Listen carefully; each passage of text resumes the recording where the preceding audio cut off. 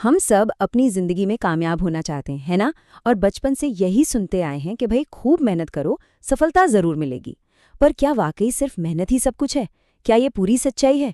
आज हम स्वामी विवेकानंद के विचारों में थोड़ा गहरा उतरेंगे और समझने की कोशिश करेंगे कि सिर्फ मेहनत नहीं, बल्कि सही सोच, सही माइंडसेट कैसे एक इंसान को एक बिल्कुल नई दिशा दे सकता है।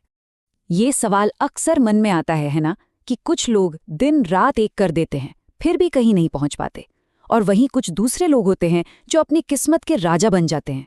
ऐसा क्यों होता है? क्या ये बस किस्मत का खेल है? स्वामी विवेकानंद कहते हैं, नहीं, बिल्कुल नहीं। असली फर्क हमारी सोच में छिपा है। तो चलिए आज इसी रहस्य से पर्दा उठाते हैं। देखिए, स्क्रीन पर दो तरह की सोच है। एक तरफ है गुलाम वाली सोच। ये वो लोग हैं जो बस काम करते जाते हैं दूसरों के सपनों के लिए, और जब कुछ गलत होता है तो हालात को दोष देते हैं। दूसरी तरफ है राजा वाली सोच। ये लोग भी मेहनत करते हैं, पर अपनी मंजिल के लिए।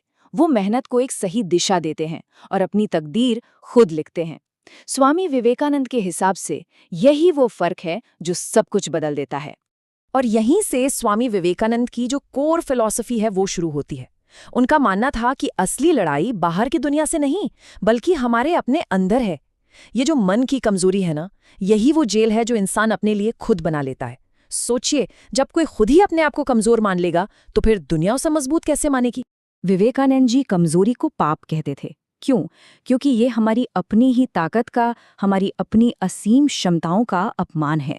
जब हम खुद को कमजोर समझते हैं तो हम एक तरह से अपनी ही शक्ति पर ताला लगा देते हैं, और यही अंदर की हार है जो बाहर की नाकामयाबी की वजह बनती है। असली शक्ति तो मन पर काबू पाने से ही आती है। तो सवाल ये उठता है कि इस सोच से बाहर कैसे निकलें? इसका हल क्या है? जवाब मिलता है विवेकानंद के बताए 5 सिद्धांतों में। ये सिर्फ बातें नहीं हैं, ये एक प्रैक्टिकल गाइड हैं। ऐसे सिद्धांत जो किसी की भी जिंदगी बदल सकते हैं, बस शर्त यह है कि उन्हें दिल से अपनाया जाए। तो पहला सिद्धांत है, स्वामी विवेकानंद की अपनी जो यात्रा थी वो इसी सवाल से शुरू हुई थी, मैं कौन हूं?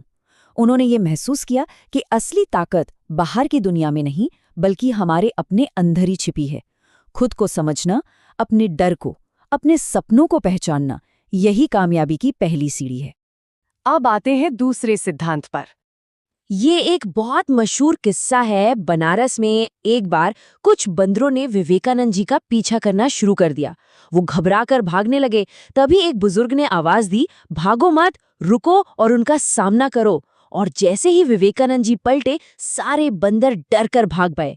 ये कहानी हमें क्या सिखाती है? यही कि जब हम अपने डर का सामना करते हैं तो डर अपनी ताकत खो देता है।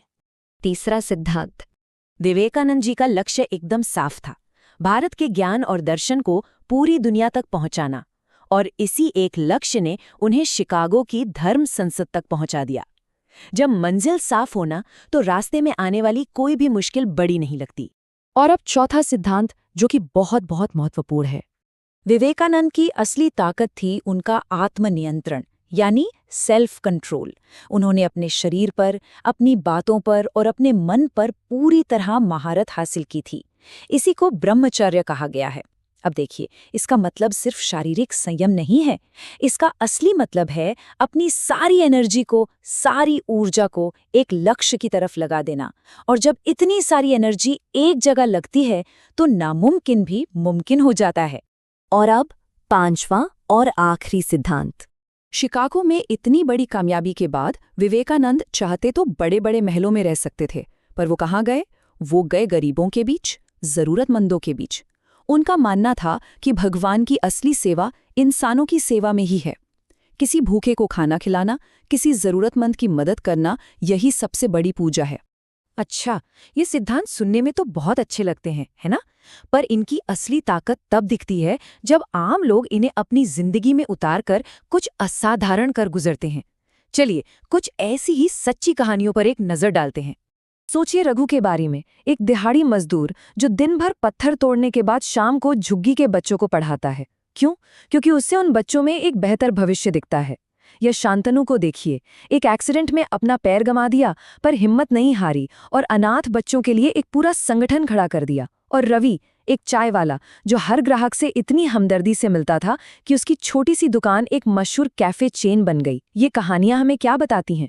यही कि विवेकानंद के सिद्धांत सिर्फ किताबी बातें नहीं हैं, ये जिंदगी बदलने वाले औजार हैं। ये सिर्फ एक वाक्य नहीं, ये एक मंत्र है, एक पुकार है। ये हमें याद दिलाता है कि सफ़र अभी बाकी है। ये हर उस इंसान के लिए उम्मीद की एक किरण है जो थक कर बैठ गया है। ये कहती है कि रुकना नहीं है, चलते रहना है। स्वामी विवेकानंद को युवाओं पर बहुत भरोसा था। उनका मानना था कि भारत का भविष्य उसके नौजवानों के हाथ में है। उन्होंने कहा था, मुझे 100 ऐसे नौजवान दे दो जिनमें ऊर्जा हो और मैं भारत को बदल दूंगा। ये सिर्फ एक बात नहीं थी, ये एक विश्वास था कि अगर किसी के अंदर आत्मविश्वास है तो वो कुछ भी हासिल कर सकता है। अब ये सब सुनकर लग सकता है कि ये तो बहुत मुश्किल है, पर हर बड़ा बदलाव एक छोटे से कदम से ही शुरू होता है। हो सकता है वो कदम हो कल से सिर्फ 15 मिनट जल्दी उठना, या फिर फोन पर 1 घंटा कम बिताना, या हर रोज बस 10 मिनट के लिए आंखें बंद करके अपनी सांसों पर ध्यान देना। यही छोटे छोटे कदम मिलकर हमें एक नई मंजिल तक ले जाते हैं। तो ये जो हमने बात की, ये सिर्फ इतिहास की कहानियां नहीं है, ये आने वाले कल के लिए एक रोड मैप है। देखिए, कहानी वहाँ ख़त्म नहीं होती जहाँ कोई थक कर बैठ जाता है। कहानी तो असल में वहाँ से शुरू होती है जहाँ से वो दोबारा उठकर चलना शुरू करता है। तो आखिर में सवाल सिर्फ एक है, किसी की भी अपनी कहानी क्या बनेगी? क्या वो बंधनों और मुश्किलों की कहानी होगी, या फिर आत्मविश्वास और बदलाव की? क्योंकि विवेकानंद के हिसाब से हर इंसान अपनी कहानी का लेखक खुद होता है।